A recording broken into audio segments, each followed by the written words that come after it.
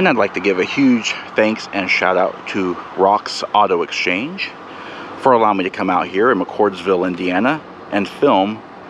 Make sure you stop by their website, check out all their inventory. They have a great selection out here. All the contact information is on the screen below. Destination Horizon. Say goodbye to your cares. Here's the newest and last version of an American classic, ready and waiting to open the world of fun you thought only existed in your fantasies. It's the 2005 Thunderbird, a refinement of the most refined car. Town car luxury and convenience write the last line of the exciting new Thunderbird story. A story that goes straight to your heart from the minute you lay a hand on the wheel to this magic-filled car. So go ahead, you have nothing to lose but your cares. The 11th Generation Ford Thunderbird ran from 2001 to 2005 for the 2002 and 2005 model years and set on Ford's DEW98 platform, shared with the Jaguar S-Type and the Lincoln LS. The car was designed to reminisce the first years and arguably the best years of the Thunderbird from 1955 to 1957, causing the Thunderbird to come full circle as starting and ending as a two-seat removable hardtop convertible. Thunderbirds were built at the now-defunct Wixon Assembly Plant in Michigan, and our last year 2005 Ford Thunderbird being produced in September of 2004.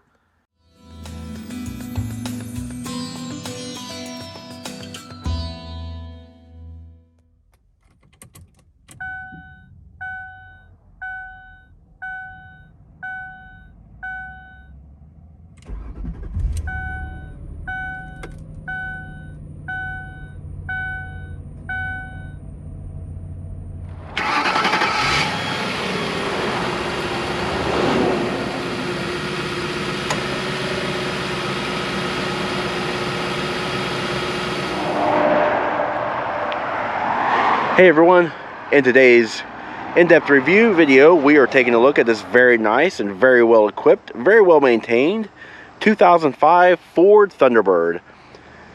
Two trims are offered, the Deluxe and the Premium. And of course you also opted to have the removable hardtop or not, and this vehicle does have that, and will remain in place for the remainder of this video because of the complexity of removing it. Anyway, our vehicle is painted in evening black, and it does feature the black ink leather interior. Full pricing is shown on screen, and a full options list is in the description box below. Make sure you check that out. Today's review will be a thorough, in-depth review inside and out of the Thunderbird. We're going to go over exterior, interior, mechanical, also going to go over performance, fuel economy, and everything in between.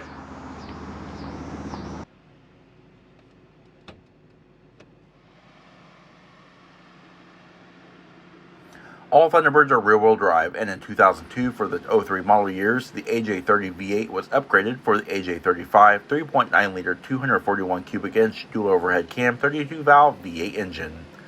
This new all-aluminum engine added variable valve timing with electronic throttle control and electronic sequential multi-port fuel injection, and with upgraded 10.8 to 1 compression ratio. Power is up to 280 horsepower at 6,000 RPM and 286 pound-feet of torque at 4,000 RPM. 0 to 60 miles per hour came in 6.5 seconds, with 0 to 100 miles per hour coming in at 16.8 seconds. The quarter mile was reached in 15 seconds with a 95 mile per hour track speed, and its top speed was electronically limited to 132 miles per hour. The Thunderbird was equipped with an 18 US gallon fuel capacity and consumes 5.6 gallons per 100 miles driven, with an estimated total driving range of 324 miles. EPA fuel economy figures are 16 miles per gallon in the city, 22 miles per gallon on the highway, and an overall combined average of 18 miles per gallon combined. While a 5-speed 5R55E automatic transmission was standard, for $130, the owner could opt for the Ford's 5-speed 5R55S select shift automatic transmission with sequential manual shift capability and a modified H-gate, and tapping the lever up for upshifts and down for downshifts. It will hold the chosen gear up to the rev limiter. No true clutch-operated manual transmission was ever offered on the Thunderbird. Alrighty, at the rear of the 2005 Thunderbird, it is important to note that throughout the life of the 11th generation Thunderbird, not many changes were actually made to the exterior or the interior, just few minor adjustments. So overall, this car is pretty identical to the 2002 introductory Thunderbird. Of course, this also has the hardtop with the chrome porthole window surround rings. And moving down, you have the Thunderbird script, the red tail lamps that are in the shape of the front headlamps. A single bulb is your tail light, brake light, and turn indicator, and down below is your reverse lamp. A really small, low-profile bumper creates a really nice and elegant look. It's kind of one of those is it coming or going type looks. Very nicely sculpted trunk lid. Down into the Thunderbird logo with the teal accents in the wings. And below, in the license plate surround, you have a nice chrome accent. And of course, down below, dual chrome tipped exhaust.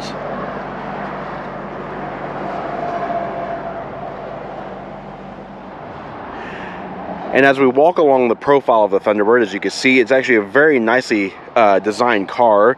It looks very symmetrical front and rear. Even with the hardtop in place, it doesn't look clunky or anything. The hardtop does weigh about 85 to 90 pounds. So it does require 2 people to remove it. And you also have to have a special stand in order to stand it up. Hardtop removal. First, we unlatch the rear release levers. Then, we take the included hex tool to remove the windshield header screws. And finally, with 2 people, remove the 93-pound hardtop and place it onto the carrier rack. Since the cloth top is down, let's raise it and check out this Whisper White 2002 Thunderbird with its cloth top in place. As you can see, it's a tight-fitting top that's insulated and lined inside, and it has a heated glass rear window. While the car looks just fine with the soft top up and in place, let's just say that the car obviously looks far better with the more clumsy and heavy and not easily removable porthole-equipped hardtop. Since we have the hardtop removed, let's go ahead and drop the top and check out how the Thunderbird looks with all tops removed. Without a doubt, the lines of this car work best with the top down and in full convertible form. This is where the car takes on the iconic Boulevardier characteristics. Not to mention, your headroom increases from 37 inches to around infinite. In addition, with the top down, we get a better overall view of the interior packaging. As you can see, the dash is basically lifted from the Lincoln LS, on which it is based, and has unique Thunderbird touches, mainly in the form of brushed aluminum with the Thunderbird script. Behind the seats, we see the curved luggage well, and we like to think that this area would have benefited more with concealed in-floor storage, much like that of the Buick Reatta. We do like the ribbed plastic panel with the large flying bird as a central statement piece.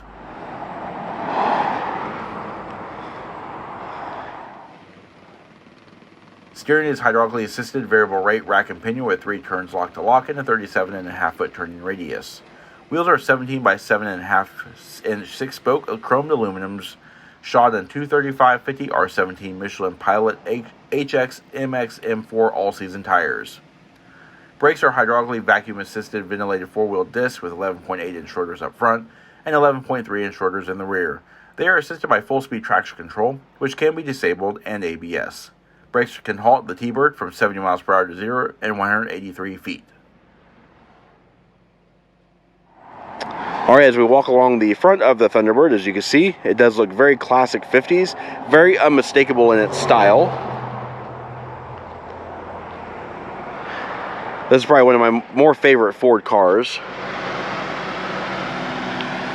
And up front, the Thunderbird is about as iconic as you can get. It's probably one of the most recognizable faces in automotive history. Whether or not you like the new 11th generation iteration of the Thunderbird, you know exactly what it is when you see it. One really cool styling feature I like, and it was on all the Thunderbirds, is the chrome windshield surround. You've also got body color mirrors. The 50th anniversary badging from 1955 to 2005 was on all of the 2005 Thunderbirds, regardless if they had the 50th anniversary edition or not. And moving down to the front, as you can see, the headlamps look exactly like the tail lamps, except that they're clear. And on top you have halogen headlamps and your turn indicators below, front marker lights, and of course the iconic chrome egg crate grille. Looks very, very Thunderbird, very 1950s. Your 2 fog lamps look just like the driving lights of the old car. And of course, you have your Thunderbird logo here, and a faux non-functional hood scoop.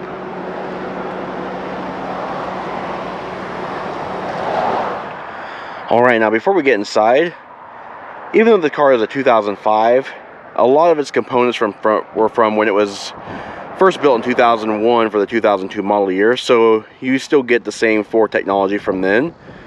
Just a single fob here, lock, unlock, panic alarm, and trunk release, and the updated key fob that Ford used. That being said, there is no smart key access system or anything like that, but you can unlock the vehicle by using the key fob, just like you normally would. And of course, opening the door reveals a very nice interior. It's very well crafted, very well designed. Has very nice, comfortable seats. Taking a look at the door panels here, as you can see. Pretty basic, but they do have some 1950s touches here. This ribbed plastic here, this textured aluminum trim, chrome door pulls, and of course modern amenities. There's power locks, power mirrors, auto one touch down for the driver's window, nice door pull, padded armrest, mat pocket, and your lockable trunk release. Driver's side instrument panel includes automatic headlamp control, and of course fog lamp control by pulling the switch out. Instrument panel brightness and dim, your power mirror controllers, and this vehicle does also have a leather wrap tilt and telescoping steering wheel.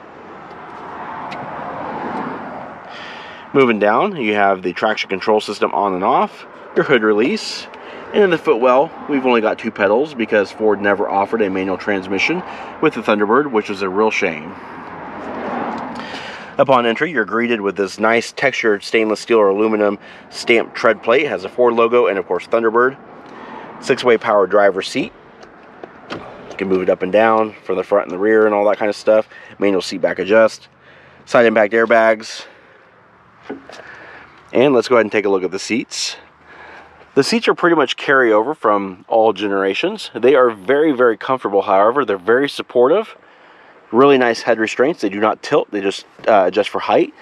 Seat belt mounts here. The Thunderbird logo here. And of course you have the ribbed perforated inserts in the seat panels. Nice bolstering. Just very, very comfortable interior.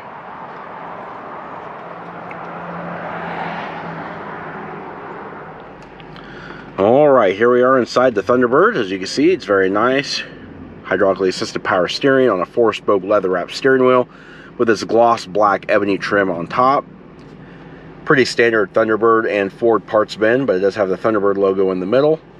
And of course over here you have your multifunction controls. These are your cruise controls, so you have on and off, resume, your set, accelerate and decelerate, and your cancel buttons over on the left hand side. And on the right hand side we have audio controls, we have track, seek and scan, phone mute, you also have your volume up and down, and your media selection.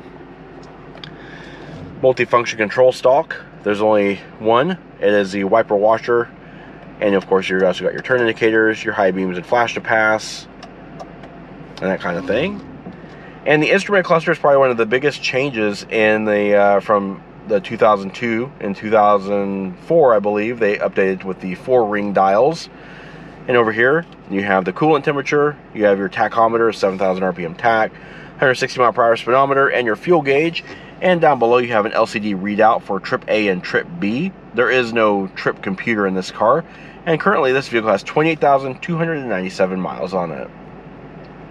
I like the instrument cluster from the first generation, or the first run, because it was a lot more personable. It just still has the seafoam needles, but it had a much different, more classic font, and it just looked better, I believe. These still light up orange. Over here you have your ignition system. And painted over the top of the dash, as you can see, it is a nice padded vinyl material. It is held up very well. It has not split, cracked, or ripped. You do have a hidden airbag panel now. And down there you have your satin textured aluminum with the Thunderbird logo.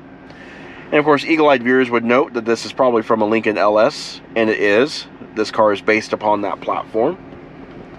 Up at the top of the instrument cluster, or control panel, you have your air vents, and you can turn them on and off. Down below we have a premium AM/FM 6-disc CD changer. Down below we have dual zone automatic climate control with single zone panel distribution for the area. You've also got recirculate, you can hit dual, you can also set different temperatures for driver and passenger, and of course you have your windshield defrosters and rear window defogger. Moving the shifter out of the way, we have a cigar lighter or a 12-volt power point, power top switch, passenger airbag cancellation switch, another 12-volt power point behind that little panel, And we have 2 stage heated seats for the driver and passenger. Alright, and new because of the new powertrain, we have Ford's new 5-speed select shift automatic transmission. Chrome ring cup holders. Padded vinyl armrest here. Opens up to reveal a small amount of storage. Overall, the interior, despite the fact that it's been the same since the 2002 model year, still looks very, very nice. It's still a very quiet place to be. It's also very, very comfortable. We do have a manually dimming mirror, and no more are the reading lights on the mirror housing themselves. Ford moved them to this panel here and made them adjustable. You can move the light bezels around and it will aim the lights. You can also select your dome switch to turn on with the doors, turn off completely, or have it turned on altogether. And kind of hard to see, but right here is a 3-channel home link universal garage door opener. Now the sun visors have changed a little bit. They are now cloth covered. They're not vinyl anymore. Other than that, they're the exact same. They have a sliding vanity mirror here. They do not swing and they do not slide. They just come down. That's it.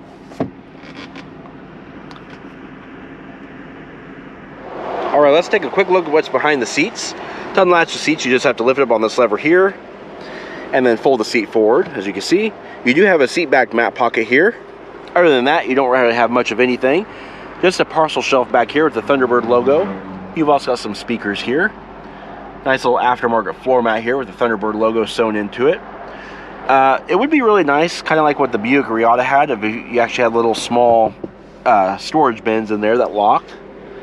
Seatbelt, and right here is the trunk, emergency trunk opener in the event of a power loss. You can just flip that and it'll unlatch the trunk.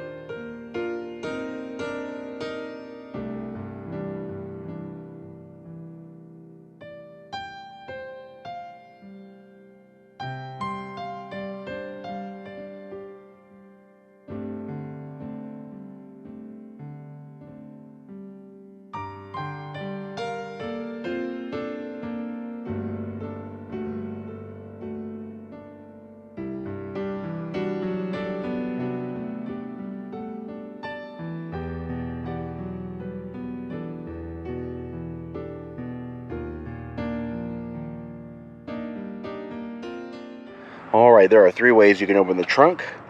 First way, pressing this button here, and as stated before, is lockable with the key. Just sticking the key in the area like this and turning it will actually lock that button out. And you press that, it'll release the trunk. The other way that you can open the trunk is in the event of a power failure, as stated before. This little panel right behind the driver's seat, sticking the key in here, and then turning it to the left or the right will open up the trunk. And of course the third and easiest way is by using the key fob, just by pressing and holding the button. Unlatches the trunk, and the trunk is actually very lightweight. It is mounted on hydraulic struts and outboard hinges, so no hinges impede in the luggage area. And as you can see, we have the car cover and the top cover all stored in here as well. But 6.9 cubic feet of storage space, or about 2 golf clubs is what Ford said. It's a pretty decent luggage area actually for a car of this type. It is illuminated inside. Underneath here, you have your compact spare tire and your battery. You also have a emergency release here. And closing the trunk is as easy as just lifting the panel down. Alrighty, and that does conclude our in-depth walk-around look at the 2005 Ford Thunderbird. We hope you found the review informative, and if you did, please comment down below. Also, don't forget to hit the like button and subscribe. Check out our Facebook page at facebook.com/neighborhoodcarreviews and our Instagram channel at BrensoJ1. And of course, as always, thanks for watching.